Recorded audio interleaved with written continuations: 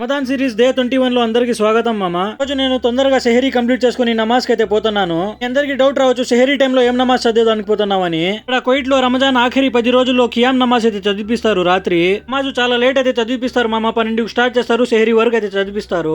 Israel యుద్ధం tension వల్ల అయితే అర్ధ గంటనే చదివిస్తున్నారు. ఇప్పుడు ఖియామ్ నమాజ్ కోసం జనాలు అయితే ఫుల్ గా వచ్చేసారు మామ. మస్జిద్ మొత్తం ఫుల్ అయిపోయింది, పార్కింగ్ కూడా ఫుల్ అయిపోయింది బండులతో. యుద్ధాల టెన్షన్ లేకుంటే బయట కూడా ఫుల్ అయిపోతారు జనాలు.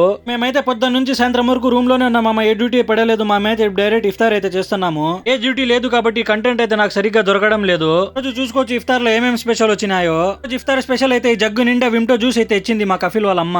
30 రోజుల నుంచి ఇప్పుడు ఇలా చేసి ఈ రోజే జగ్లో అయితే వాళ్ళే చేసి ఇచ్చినారు విమ్టో. రోజు ఇఫ్తార్ కి స్పెషల్ ఇదే, ఎందుకంటే ఇది మేము చేసుకోలే, వాళ్ళే చేసి ఇచ్చినారు.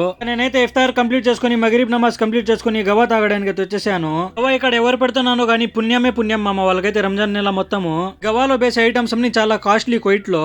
తాగేసి నేనైతే జమియాకు అయితే వచ్చేసాను. మా రూమ్మేట్ కి రెడ్ డబుల్ టీ కావాలంటే నేనైతే నా కోసం అతని కోసం 0 షుగర్ 7 అప్ తీసుకొని పెరుగు తీసుకొని సెహరీ కోసం బిల్ వేపించుకోవడానికి అయితే వచ్చేసాను. రోజు ఇక్కడతో ముగిసింది మామ, ఎందుకంటే నాకు వేరే డ్యూటీలు ఏం పడలే. ఇంకా నేను నా రూమ్మేట్ కలిసి రూమ్ కి అయితే వెళ్ళిపోతున్నాం రిటర్న్.